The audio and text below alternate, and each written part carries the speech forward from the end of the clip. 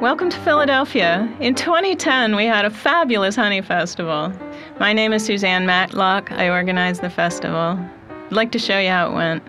On Friday night, September 10th, we dedicated a historic marker to Reverend Lorenzo L. Langstroth, a Philadelphian who invented the movable frame beehive that all of us beekeepers use in the city today.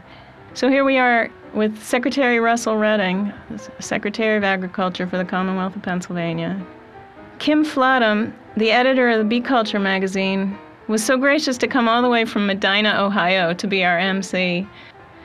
Joel Eckel on the left is the president of the Philadelphia Beekeepers Guild, and Pennsylvania's own honey queen, Teresa Bryson. Sherry Smith is the great-great-granddaughter of Reverend Lorenzo L. Langstroth. Take care to note the distinguishing features they have in common: the high cheekbones, the steady grin. And Sherry is here with her sister on the left, Susan, and her cousin, Matt Redman, a beekeeper from Maryland, ceremoniously removed the drapery from the marker.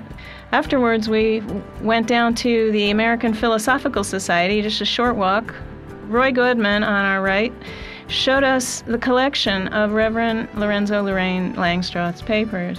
In this original manuscript of Langstroth's, you see the proposal to develop an artificial honeycomb of porcelain, and the Reverend's lovely signature in the lower right-hand corner.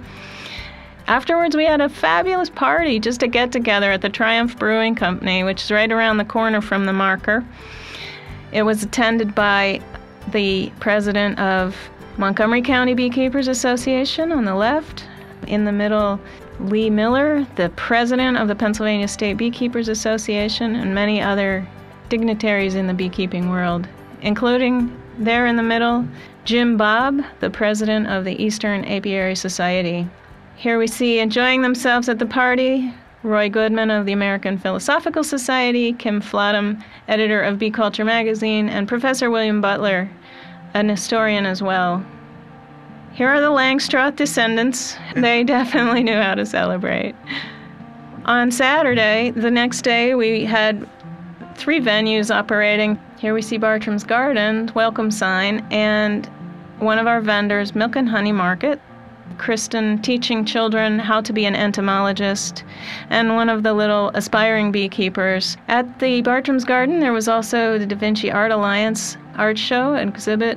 Sam Comfort from upstate New York, and we tapped his expertise to demonstrate to curious onlookers how gentle the honeybee is.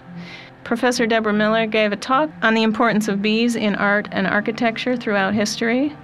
And Professor William Butler gave a talk about the history of beekeeping in America before Reverend Langstroth invented the removable frame hive. At the Wick House, we had Reverend Langstroth showing up again, Milk and Honey Market. Bill Butler is talking to Elizabeth Capaldi Evans, the author of Why Do Bees Buzz?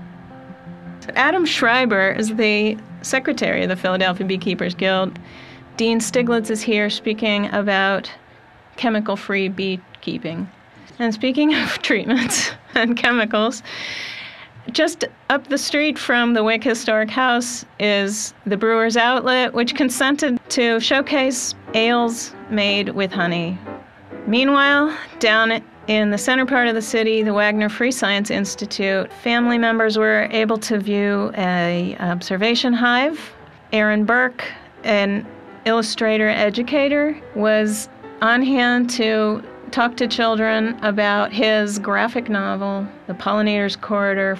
The children were taught about the waggle dance, and they were even given the opportunity to communicate with each other in the same way that the bees do. A great time was had by all. We'd like to thank all of our sponsors, donors, and vendors, and especially the Wick Historic House and Gardens, Bartram's Garden, and the Wagner Free Science Institute. Thank you for coming to our HoneyFest in a virtual way. We hope to see you in Philadelphia the next time we hold the Honey Festival.